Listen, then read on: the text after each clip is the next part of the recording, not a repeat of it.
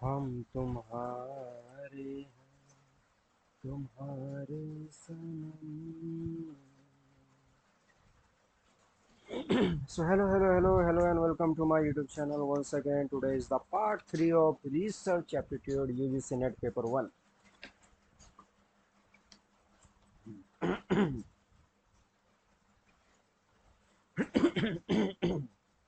तो कल हम लोगों ने टाइप्स ऑफ रिसर्च स्टार्ट कर दिया था. डिस्क्रिप्टिव पढ़ा था हमने, उसका बेनिफिट्स पढ़ा था, लिमिटेशंस पढ़ा था, कुछ एग्जांपल्स देखे थे, cross sectional, longitudinal, one time, more than one, ये सब पढ़ा था. आज हम लोग पढ़ेंगे टाइप्स ऑफ डिस्क्रिप्टिव रिसर्च. ठीक है. उसके बाद फिर टाइप्स के बाद फिर दूसरा टाइप आ जाएगा, थर्ड, फोर्थ, फिफ्थ, सिक्स. उसके कैरेक्टरिस्टिक्स पढ़ेंगे. फिर उसके बाद classification on the basis of, ये हम लोग का भी चलते रहेगा, बहुत सारे टाइप्स है इसमें. इसे करते करते लास्ट हम लोग का टॉपिक होगा क्वालिटेटिव रिसर्च मेथड. मेरा जो कॉपी का नोट्स है उसमें से हम कोशिश करेंगे डेली 4 पेज करके कवर हो जाए, ताकि 8-10 दिन में हम लोग का पूरा रिसर्च हो जाए, क्योंकि इतना डिटेल्स में है. 4 पेज से ज़्यादा मेरा कैपेसिटी नहीं है डेली पढ़ाने का. ठीक है. यहाँ भी बारिश हो रहा है, ये मौसम की बारिश. हम लोग यहाँ तक कंप्लीट करेंगे difference between quantitative and qualitative research. और एक्शन रिसर्च हम लोग कल पढ़ेंगे. आ जाते हैं वापस. सो है वी गो. लाइक सब्सक्राइब कर देना, कमेंट भी कर देना, क्योंकि पता नहीं कैसा हो रहा नहीं हो रहा. कोई फीडबैक मिले तब तो समझ आएगा. एक मिनट. माइक मेरा एडजस्टेड नहीं था, आई होप अभी ठीक होगा. तो सबसे पहले आज हम लोग पढ़ रहे हैं types of descriptive research. What are the types. Descriptive हमने कल पढ़ा था कि डिस्क्रिप्टिव रिसर्च किसको बोलते हैं. इसका मतलब होता है कि जो डिस्क्राइब कर रहा है. ठीक है. किसको, फेनोमेनन को या फैक्ट को. किसी भी फैक्ट को जब हम लोग डिस्क्राइब करते हैं, ये ज़्यादा क्वालिटेटिव होता है, और not only qualitative but also quantitative भी होता है. ठीक है. तो डिस्क्रिप्टिव रिसर्च में पहला टाइप आ जाता है सर्वे रिसर्च. सर्वे रिसर्च नॉन एक्सपेरिमेंटल होता है, क्वांटिटेटिव मेथड होता है, used for studying large sample. और सर्वे रिसर्च यूज़ किया जाता है लार्ज सैंपल में. ठीक है. सर्वे का जैसे एक एग्जांपल था सेंसस, जनगणना. ठीक है. तो ऑब्वियसली ये लार्ज सैंपल पर आधारित है, क्वांटिटेटिव मेथड इसमें यूज़ होगा, और ये नॉन एक्सपेरिमेंटल है. इसमें हम लोग एक्सपेरिमेंट नहीं करते. जो है सो है, जो दिख रहा है, जो एक्चुअल में एग्जिस्ट कर रहा है, वही इसमें आता है. सेकंड आ गया correlational research. Relationship between two और more variables varies from -1 to +1. Correlation एक स्टैटिस्टिक्स का पार्ट है, जिसका मतलब होता है which shows the degree and direction between two और मोर वेरिएबल्स. आसान भाषा में, फॉर एग्जांपल, कोचिंग का क्या इम्पैक्ट है स्टूडेंट का पढ़ाई के ऊपर. मतलब स्टूडेंट्स मार्क्स पकड़ लेते हैं मार्क्स के ऊपर. ठीक है. तो कोचिंग का क्या इम्पैक्ट पड़ रहा है स्टूडेंट का मार्क्स का. तो ऐसा हम लोग एक कैलकुलेशन होता है जिसमें -1 से लेकर के +1 तक का बीच में एक वैल्यू आता है. फॉर एग्जांपल अगर आया है 0.8, इसका मतलब है कि strongly correlation between coaching and student marks. Coaching और स्टूडेंट मार्क्स का जो रिलेशन है वो काफ़ी ज़्यादा पॉजिटिव है, मतलब असर कुछ ज़्यादा डाल रहा है. या इसको ऐसे भी बोल सकते हैं 80% असर डाल रहा है कोचिंग स्टूडेंट का मार्क्स के ऊपर. यही अगर 0.2 आता, मतलब 20% असर डाल रहा है कोचिंग स्टूडेंट का मार्क्स के ऊपर, तो इस टाइप के रिसर्च को कोरिलेशनल रिसर्च बोलते हैं. थर्ड है कॉजल कंपैरेटिव रिसर्च. नाम से पता चल रहा है कुछ कॉज इफेक्ट का रिलेशनशिप होगा. Use to identify the cause and effect relationship between and dependent and independent variable. अच्छा, यहाँ पर डिपेंडेंट एंड इंडिपेंडेंट वेरिएबल क्या है वो हम लोग आगे डिटेल्स में पढ़ेंगे, बट फिलहाल समझाने के लिए यही वाला एग्जांपल हम लोग लेते हैं. एक मिनट. से ये जो कोचिंग है, ठीक है, और ये जो स्टूडेंट का मार्क्स है, जो हम लोग कंट्रोल नहीं कर सकते हैं वो होता है डिपेंडेंट वेरिएबल. जो हम लोग कंट्रोल कर सकते हैं या फिर जिसको मैनिपुलेट या चेंज कर सकते हैं वो होता है इंडिपेंडेंट वेरिएबल. जैसे स्टूडेंट का मार्क्स. ठीक है. इसको अगर हम लोग अच्छा भाषा में बोले तो ऐसे बोलते हैं impact of coaching on students performance ऐसे बोल सकते हैं। तो यहाँ पर हम लोग का स्टूडेंट परफॉर्मेंस हो गया डिपेंडेंट वेरिएबल, और कोचिंग हो गया इंडिपेंडेंट वेरिएबल जो हम लोग कंट्रोल नहीं कर सकते, इंडिपेंडेंट जो हम लोग कंट्रोल कर सकते हैं। एक कोचिंग नहीं हुआ दूसरा कोचिंग में चले जाएंगे। ये स्टूडेंट का परफॉर्मेंस हम लोग कंट्रोल नहीं कर सकते ना, वो तो इम्पैक्ट करेगा हम लोग का इंडिपेंडेंट वेरिएबल से। आई होप समझ आया होगा। तो जहाँ पर रिलेशनशिप होता है डिपेंडेंट एंड इंडिपेंडेंट वेरिएबल का, वहाँ पर कॉजल कॉम्परेटिव रिसर्च यूज़ किया जाता है। इसका भी दो टाइप है, retrospective and prospective. Looking backward last record के बेसिस पर, एक्सपेक्टेड इन फ्यूचर होता है प्रोस्पेक्टिव, जब हम लोग आगे के लिए कुछ सर्च करते हैं। तो ये हम लोग का डिस्क्रिप्टिव रिसर्च खत्म हो गया, उसका टाइप्स हो गया। नेक्स्ट जो रिसर्च है वो है एक्स पोस्ट फैक्टो रिसर्च, जिसको हम लोग आफ्टर द फैक्ट मतलब आफ्टर द ऑक्यूरेंस, ठीक है, ऑक्योर ऑकर हो गया है, ठीक है, कोई घटना घट गया है तब हम लोग उसका रिसर्च कर रहे हैं। जैसे uses in social studies, business organisations, it is conducted in context of phenomenon after that has awkward. ये मेन लाइन है कि एक ऐसा फैक्ट, ऐसा फेनोमेनन जो ऑकर हो गया है या at the time of its occurrence, या जब हो रहा हो तब उसको आफ्टर द फैक्ट रिसर्च बोलते हैं। फॉर एग्जांपल कोई आसमान से आज एक मीटियोर आके ज़मीन पे गिर गया, तो वो तो गिर गया, अब उस पर रिसर्च किया जाएगा कि कहाँ से आया था, कहाँ कितना स्पीड से आया था, क्या था उसमें, क्या मिनरल्स थे, ये वो। ठीक है, तो ये घटेगा घटना तब तो पता चलेगा आगे क्या हुआ।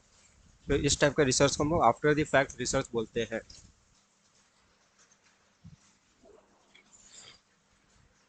थर्ड जो हम लोग का रिसर्च है वो है historical research. Focuses on the historical aspect of an issue of interest और प्रॉब्लम। हिस्टोरिकल एस्पेक्ट जैसे जो भी हिस्टोरिकल इवेंट्स होती हैं, हड़प्पा का खुदाई कब हुआ था, ये तो मतलब पहले ही हो गया था। तो हिस्टोरिकल एस्पेक्ट पर जहाँ पर फोकस दिया जाता है, हिस्ट्री के बारे में, भूतकाल के बारे में, तो उस टाइप के रिसर्च को हिस्टोरिकल रिसर्च बोलते हैं। नेक्स्ट है हम लोग का एनालिटिकल एनालिटिकल रिसर्च। इसका मतलब क्या है, researcher use facts and information that are already available. ये सिमिलर ही होता है आफ्टर द फैक्ट के जैसा ही, बट यहाँ पर एनालिसिस का पार्ट ज़्यादा है, या फिर ऐसा बोल सकते हैं कि जिसका एनालिसिस करना है उसका डेटा पहले से ही अवेलेबल है, ज़्यादा मेहनत करने का पड़ता नहीं है ज़रूरत, तो उसको एनालिटिकल रिसर्च बोलते हैं। नेक्स्ट है एक्सप्लोरेटरी रिसर्च। नाम से पता चल रहा है कि कुछ एक्सप्लोर करने का बात है। Explore an area where little is known. ठीक है, एक ऐसा रिसर्च जहाँ पर हम लोग को उसके बारे में बहुत कम पता है और उसके बारे में ज़्यादा जानना है, तब उसको एक्सप्लोरेटरी रिसर्च बोलते हैं।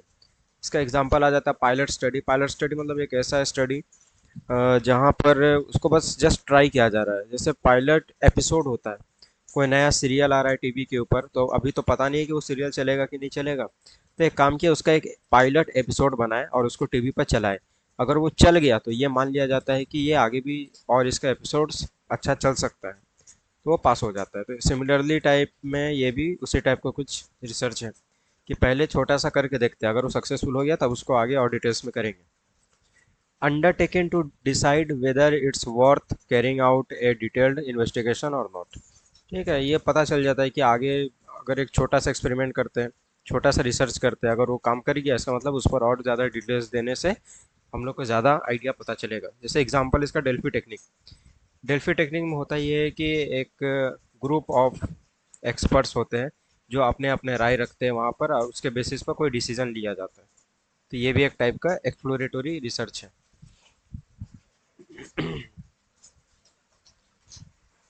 नेक्स्ट है हम लोग का experimental research. Experimental research, there is scope of manipulation. जहाँ पर एक्सपेरिमेंट का बात करते हैं वहाँ पर मैनिपुलेशन किया जाता है इंडिपेंडेंट वेरिएबल में। मैंने जैसा पहले कहा कि जिसको मैनिपुलेट कर सकते वो होता है इंडिपेंडेंट वेरिएबल, जिसको नहीं कर सकते होता है dependent variable. So other variable are held constant. बाकी सारा जो इंडिपेंडेंट को छोड़ के डिपेंडेंट वेरिएबल है वो सारा कांस्टेंट रहता है। कैरेक्टरिस्टिक्स देख लेते हैं एक्सपेरिमेंटल रिसर्च का। पहला manipulation on independent variable. Independent variable, इसको आईवीपी बोलते हैं शॉर्ट में, इसको मैनिपुलेट किया जा सकता है। सेकेंड है control. In order to make experimental design both internally and externally valid, a check has to be put on the sources of error affecting dependent variable called control। समझना पड़ेगा। In order to, green green match हो जाएगा।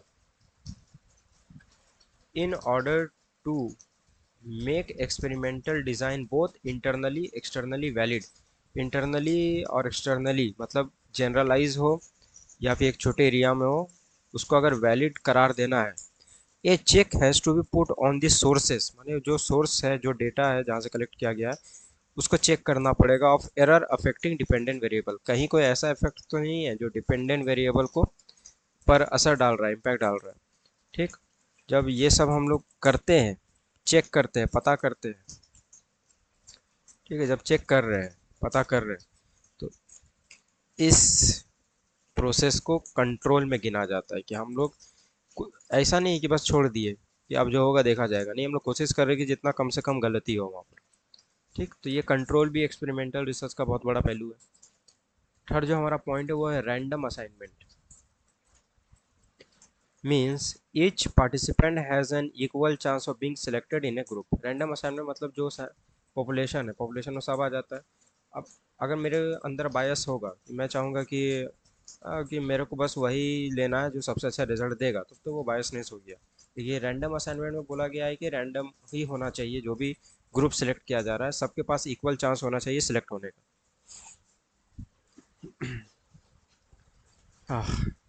मज़ा आ गया। Next जो हम लोग का कैरेक्टरिस्टिक है वो reflexibility. The circular relationship between cause and effect. ठीक, circular relationship between cause and effect, जहाँ पर भी कोई भी रिसर्च में जब ऐसा बात आ जाता है कि एक इफेक्ट का वजह से कॉज है और एक कॉज का वजह से इफेक्ट है, तब उसको रिफ्लेक्सिबिलिटी बोलते हैं। For example, poverty is the main cause of unemployment and unemployment is the main cause of poverty. ठीक है, पोवर्टी मतलब भूख प्यास, मतलब क्या बोलेंगे उसको, भूख सीमा ना क्या उसको बोलते हैं एक, बट ये मतलब एक लेवल होता है कि लोग खाने पीने का पूरा सामान पूरा हो रहा है कि नहीं हो रहा है। ठीक है, तो भूखमरी, हाँ, भूखमरी बोल सकते हो कि भूखमरी कारण है अनएम्प्लॉयमेंट का और अनएम्प्लॉयमेंट कारण है भूखमरी का। तो यहाँ पर एक सर्कल है जो घूम फिर के वापस वहीं पर आ जा रहा है। ठीक, तो ये रिफ्लेक्सिबिलिटी एक्सपेरिमेंटल रिसर्च में देखा जाता है। बहुत बढ़िया। नेक्स्ट जो हम लोग का रिसर्च है वो quasi experimental design. Quasi experimental design, quasi का मतलब होता है सिग्निफाइज डेट इज रिसेम्बल्स, मतलब कुछ ऐसा सिग्निफाई कर रहा है जो रिसेंबल है। रिसेंबल मतलब होता है लुक लाइक समथिंग। ठीक है, फॉर एग्जांपल एक आदमी है जो पूरा डॉक्टर के जैसा ड्रेसअप है। ठीक है, पूरा एकदम स्टेथोस्कोप लेके है, कोट वोट पहन के है, पूरा लग रहा है देख के कि वो डॉक्टर है, लेकिन वो असल में है नहीं, बस वो प्रिटेंड कर रहा है कि वो डॉक्टर है। तो इसको भी हम लोग क्वासी बोल सकते हैं। The word quasi signifies that is resembles which means looks like something.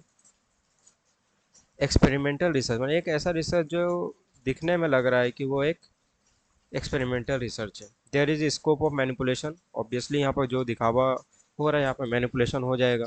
जैसे इस यहाँ पर डॉक्टर का केस में देख के तो लग ही रहा था ये डॉक्टर है, तो हम लोग मैनिपुलेट हो गए, हम लोग का भावना चेंज हो गया। Participants are not randomly assigned this designs use for their convenience. ठीक है, इसमें जो पार्टिसिपेंट्स हैं, जो पॉपुलेशन के अंदर जो पार्टिसिपेंट है, यहाँ पर जो रिसर्चर वो अपने ज़रूरत के हिसाब से सिलेक्ट करता है सैंपल। ठीक है, तो रिसर्चर का यहाँ पर क्या बोलते हैं, कन्वीनियंस है, इजी पड़ता है। क्वासी एक्सपेरिमेंटल रिसर्च में देखो कुछ पॉइंट है यहाँ पर। फर्स्ट है कि small sample size so difficulty in randomisation, अगर सैंपल साइज स्मॉल है तो वहाँ पर फिर कन्वीनियंस क्या ही देखेंगे। सेकंड है more suitable for real natural world, ये ज़्यादा सुटेबल होता है रियल वर्ल्ड के लिए। ठीक है, रियल नेचुरल वर्ल्ड। थर्ड एक क्राइटेरियन सिलेक्टेड बाय रिसर्चर, यहाँ पर रिसर्चर अपना अकॉर्डिंग अपने कन्वीनियंस के हिसाब से डेटा सेलेक्ट करता है। फोर्थ है threats to internal validity. Internal validity के बारे में हम लोगों ने पढ़ा था, ठीक है, तो वो कहीं ना कहीं थ्रेटेंड होता है, कहीं ना कहीं नेगेटिव इम्पैक्ट डालता है। नेक्स्ट जो हम लोग का पॉइंट है वो है स्टैटिस्टिकल ग्रुप्स। अभी तक हम लोगों ने 7 टाइप पढ़ा है, सॉरी 7 कैरेक्टरिस्टिक्स पढ़ा है। एक मिनट 7, सॉरी, हाँ 7 टाइप हुआ है। Characteristics 1 2 3 4, manipulation, control, random assignment, reflexibility. 1 2 3 4, 4 characteristics था, ये यहाँ से फिर टाइप्स ही है। Statistical is also a type which deals with random aspect. The randomized design provide reflexibility in dealing with numerous variable in field setting। सबका field set हो जाएगा। तो क्या बोल रहा है statistical group, deals with random aspect, ठीक है, रैंडमली जो भी सिलेक्शन होगा वो रैंडमली होगा डेटा का। The randomise design provide flexibility in dealing with numerous variable in field setting. यहाँ अल्टीमेटली बात जो कर रहा है वो बात किया जा रहा है फ्लेक्सिबिलिटी का, ठीक है, फ्लेक्सिबल होता है, रैंडम होता है, ठीक है। तो स्टैटिस्टिकल ग्रुप में अगर डिवाइड कर दिया जाए तो हर ग्रुप एक का अपना इंपॉर्टेंस होगा, अपना नेचर होगा, सिमिलर वे में। समझ आया? नेक्स्ट हम लोग का ऑब्जेक्टिव्स खत्म हो गया। अब है on the basis of application, classification on the basis of application. 10 second, 1 minute पानी पी लूँ।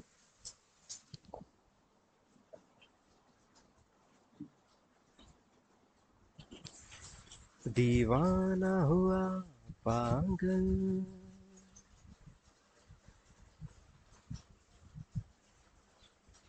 सावन की घटा छाई,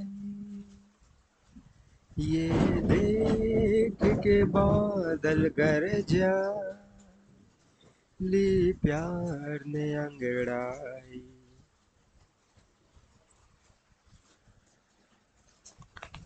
आज यहाँ मौसम काफ़ी ख़राब है, बट स्टिल पढ़ना तो है भाई। तो अभी हम लोग कहाँ आ गए, ये कहाँ गए हम। Classification on the basis of application, ठीक है। एप्लीकेशन के बेसिस पे दो रिसर्च है, फंडामेंटल एंड अप्लाइड। फंडामेंटल का मतलब होता है simply basic research. Applied research details में देखते हैं। फंडामेंटल रिसर्च या बेसिक रिसर्च का मतलब है addition to knowledge, invention, academic and extensive.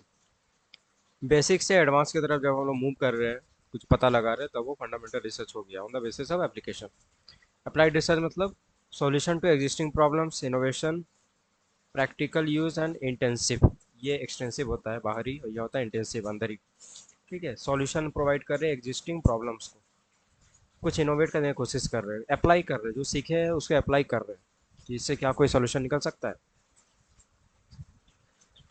Next जो पॉइंट है वो हम लोग का है classification on the basis of logic. Logic के आधार पर क्या क्या अप्रोचेस हैं या रिसर्चेस हैं। पहला है डिडक्टिव, दूसरा इंडक्टिव। डिडक्टिव अप्रोच का मतलब है टॉप डाउन या जनरल टू स्पेसिफिक। एग्जाम्पल से समझते हैं, और मैन आर मोर्टल, ठीक है, मतलब मोर्टल बोले मतलब है, इस लाइन का ही मतलब है कि हर इंसान को एक ना एक दिन मरना ही है, ठीक। समझना, ये top down general to specific हम लोग जा रहे हैं। जनरल मतलब सबके लिए, स्पेसिफिक मतलब किसी एक के लिए, ठीक है, ये सब के लिए। तो all mens are all men are mortal मतलब सबको एक ना एक दिन मरना ही है। फिर मैं क्या बोल रहा हूँ, ये अरमान इज अ मैन, मैं, मेरा ही नाम अरमान है तो अरमान एक आदमी है, therefore Armaan is mortal. अगर सब इंसान मरने वाले हैं और अरमान भी एक आदमी है, तो इसका मतलब क्या है कि एक ना एक दिन अरमान भी मर जाएगा। बात समझ आया? इंडक्टिव अप्रोच पे ऊपर थोड़ा सा ध्यान देते हैं, इसको bottom up, it is the opposite of deductive approach. इसमें हम लोग फिर स्पेसिफिक से जनरल जाते हैं, उल्टा। इसमें क्या बोल रहे हैं कि अरमान इज मोर्टल, एक दिन अरमान मरेगा, तो ऑल मैन आर मोर्टल, ठीक। बस इसका एकदम अपोजिट है और कुछ नहीं। ये हो गया deductive approach and inductive approach.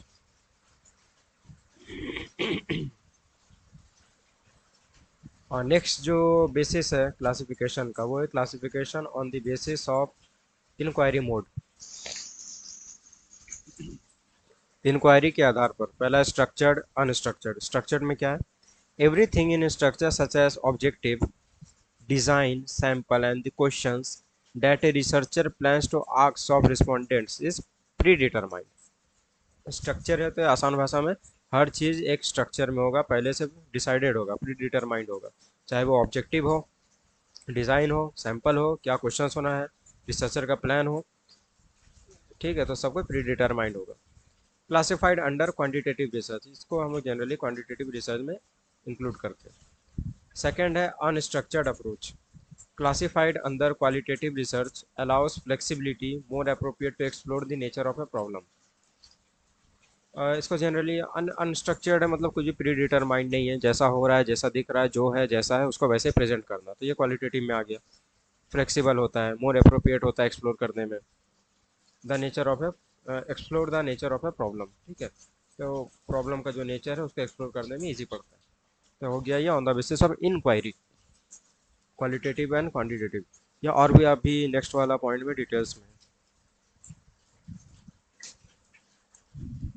Next point है classification on the basis of process, quantitative and qualitative, ठीक है, हेल्प हेल्प करता है डिडक्टिव अप्रोच में, डील करता है नंबर और स्टैटिस्टिक के साथ।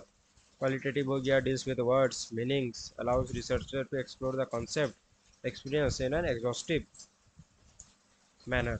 ये हम लोग आगे और डिटेल्स में पढ़ेंगे। क्वांटिटेटिव मतलब खाली नंबर से डील, क्वालिटेटिव मतलब जो डिस्क्राइब कर रहा है।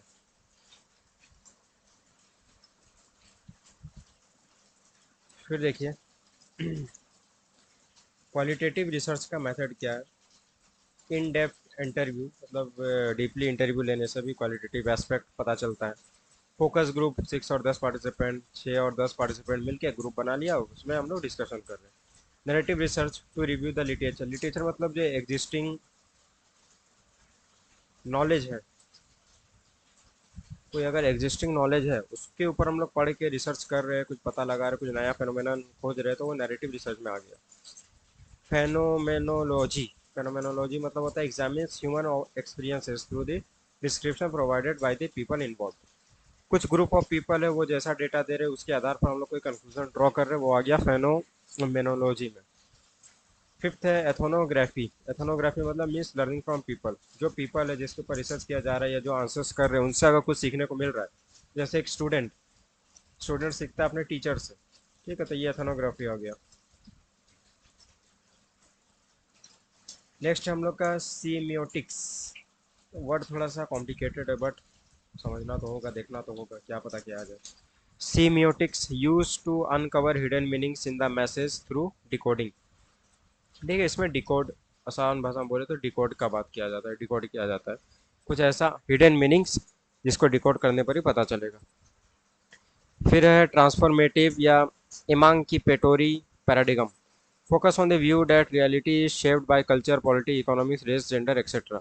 ट्रांसफॉर्मेटिव मतलब जो भी इंफॉर्मेशन है वो फोकस किया जा रहा है किसी एक पर्टिकुलर एरिया पर, वो एरिया अब कल्चर भी हो सकता है, पॉलिटिक्स भी हो सकता है, इकोनॉमिक्स भी हो सकता है, ठीक है, रेस हो सकता है, जेंडर हो सकता है, कुछ भी हो सकता है, मतलब एक पर्टिकुलर एरिया में ही उसके बारे में हम लोग रिसर्च कर डील कर रहे हैं, पता लगा रहे हैं। केस स्टडी हम लोग को सब पता है, case study real life incidents,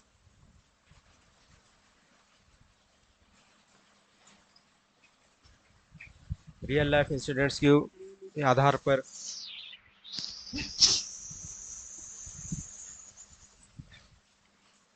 हम लोग पास्ट एक्सपीरियंस से फ्यूचर में कुछ रिसर्च कर रहे हैं उस डेटा के बेसिस पर, तो वो केस स्टडी रिसर्च हो गया।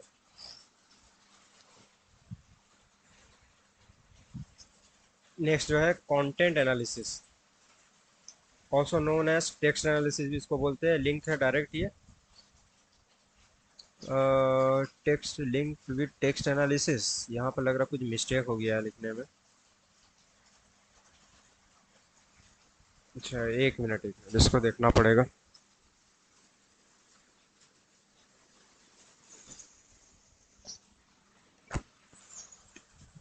हम तुम्हारे हैं, तुम्हारे सनम, जाने मन मोहब्बत की। हाँ, हाँ लिखने में मिस्टेक हुआ है, यहाँ पर टेक्स्ट एनालिसिस नहीं, यहाँ पर होना चाहिए case study, with case study. पढ़ते पढ़ते पता लगता है कितना मिस्टेक हुआ है। तो closely linked with case study, ये केस स्टडी के जैसा ही होता है, बस इसका कंटेंट के ऊपर फोकस करते हैं। ग्राउंडेड थ्योरी क्या है? एक qualitative research developed by two sociologists, Glaser and Strauss, Glaser and Strauss in 1967। ठीक है, इन लोगों ने ये थ्योरी दिया था किसके ऊपर? क्वालिटेटिव रिसर्च के ऊपर। एग्जाम्पल इसका role play, simulation and etcetera. Last जो है एक तरीका, hermeneutics theory and methodology of interpretation बोलते हैं इसको। ठीक है, थ्योरी एंड क्या तरीका है इंटरप्रिटेशन करने का, उसके बारे में। लास्ट आज का टॉपिक है हम लोग का क्वांटिटेटिव रिसर्च और क्वालिटेटिव रिसर्च का डिफरेंस देख लेते हैं quick. Quantitative and qualitative. Quantitative होता है ऑब्जेक्टिव ओरिएंटेड, क्वालिटेटिव होता है सब्जेक्टिव ओरिएंटेड। क्वांटिटेटिव होता है टॉप डाउन और क्वालिटेटिव होता है बॉटम अप अप्रोच। क्वांटिटेटिव में हम लोग जनरल टू स्पेसिफिक जाते हैं, इसमें स्पेसिफिक टू जनरल जाते हैं। और लास्ट है मोर जनरलाइजेबल, मतलब ये ज़्यादा रिलायबल एंड वैलिड है, और ये कम जनरलाइजेबल, मतलब कम रिलायबल और कम वैलिड है। Thank you so much. और कल हम लोग स्टार्ट करेंगे फिर एक्शन रिसर्च के बारे में। तो आज हम लोगों ने काफ़ी अच्छा पढ़ाई किया है। प्लीज़ कमेंट वमेंट कर देना कैसा लग रहा नहीं लग रहा, एंड कोई दिक्कत हो तो please do comment. Thank you, tata bye bye, see you.